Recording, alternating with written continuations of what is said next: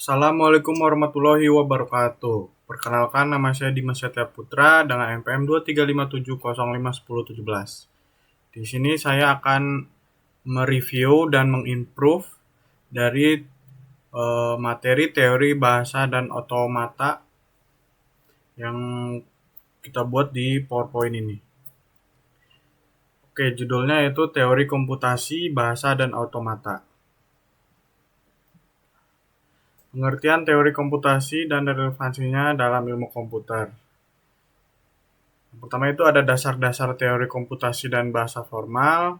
Teori komputasi sebagai fondasi ilmu komputer memberi kerangka kerja matematis untuk memahami berbagai model komputasi dan algoritma yang digunakan dalam ilmu komputer. Bahasa formal dan bahasa mesin prosesnya. Bahasa formal adalah sistem simbol yang digunakan dalam teori komputasi untuk mendefinisikan sintaks dan semantik dari suatu bahasa pemrograman. Hubungannya antara teori dan praktik yaitu teori komputasi tidak hanya bersifat akademis tetapi juga sangat relevan dalam pengembangan perangkat lunak dan sistem yang efektif. Relevansi teori komputasi dalam algoritma dan struktur data. Pertama itu pengembangan algoritma yang efisien. Teori komputasi membantu dalam merancang algoritma yang optimal dengan memanfaatkan konsep kompleksitas dan efisiensi dalam pemrosesan data. Yang kedua itu pentingnya struktur data dalam teori. Struktur data yang baik merupakan kunci dalam implementasi algoritma dan teori komputasi memberikan wawasan yang pilihan yang tepat.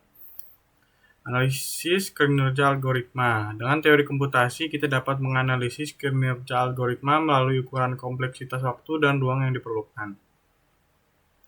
Selanjutnya itu implikasi teori komputasi dalam pengembangan teknologi modern. Yang pertama itu AI atau pengembangan kecerdasan buatan. Teori komputasi berperan penting dalam pengembangan algoritma kecerdasan buatan yang dapat memproses dan memahami bahasa manusia.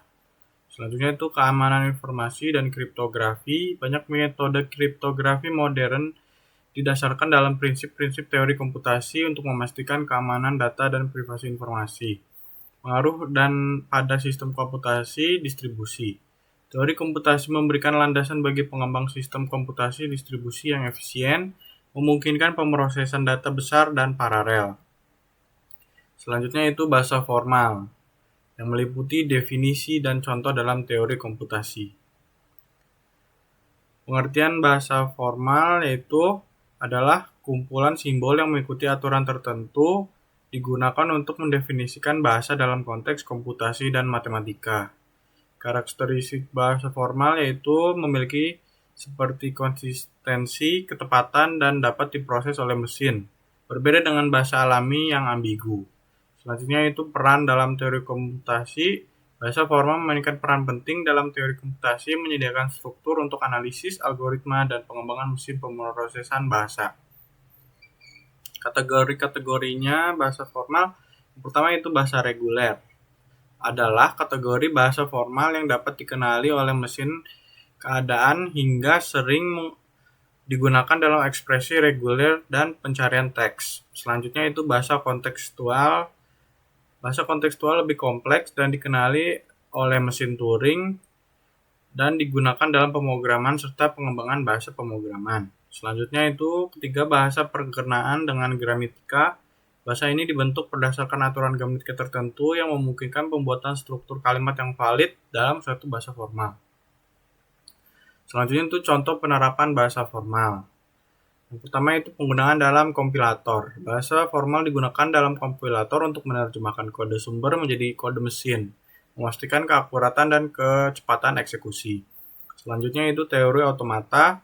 Teori otomata mempelajari model matematis dari mesin yang memproses bahasa formal, berkontribusi pada pengembangan algoritma dan teknik pemrograman. Selanjutnya itu analisis sintaksis, yaitu analisis sintaksis menggunakan bahasa formal untuk menentukan struktur dan validitas kalimat dalam bahasa pemrograman, penting untuk mengembangkan perangkat lunak. Selanjutnya otomata, yang berisi tipe-tipe dan perannya dalam analisis bahasa formal. Yang pertama itu klasifikasi tipe-tipe otomata dan fungsinya. Yang pertama itu otomata hingga atau finite automata. Automata hingga ini adalah model sederhana yang digunakan untuk mengenali bahasa reguler, di mana transisi berdasarkan input yang diterima. Dan selanjutnya itu automata passdown. Untuk passdown automata passdown dapat mengenali bahasa bebas konteks dengan menggunakan tumpukan untuk menyimpan informasi tambahan selama proses pemrosesan. Selanjutnya automata Turing atau Turing Machine. Automata Turing merupakan model komputasi yang lebih kuat, dapat menyelesaikan masalah yang lebih kompleks dibandingkan dengan automata finite automata. Peranan automata dalam teori bahasa formal. Yang pertama itu pengembangan model bahasa. Automata membantu dalam pengembangan model bahasa formal yang mendefinisikan sintaksis dan semantik dari bahasa pemrograman. Selanjutnya itu analisis komputasi. Automata berperan dalam analisis komputasi membantu mempelajari batas-batas dari apa yang dapat diproses oleh mesin. Selanjutnya itu penerapan dalam compiler. Automata digunakan dalam pengembangan compiler untuk menganalisis dan menginterpretasikan kode sumber secara efisien. Selanjutnya itu implikasi automata dalam pemrograman dan AI. Yang pertama itu pengolahan bahasa alami. Automata berkontribusi dalam pengolahan bahasa alami, membantu dalam pengenalan pola dan analisis sintaksis teks. Selanjutnya yaitu algoritma pencarian. Automata digunakan dalam algoritma pencarian untuk mencocokkan pola dalam string dan meningkatkan efisien pencarian data. Selanjutnya itu sistem pembelajaran mesin. Automata mendukung sistem pembelajaran mesin dengan membantu memahami struktur pola dalam data yang mengambil keputusan.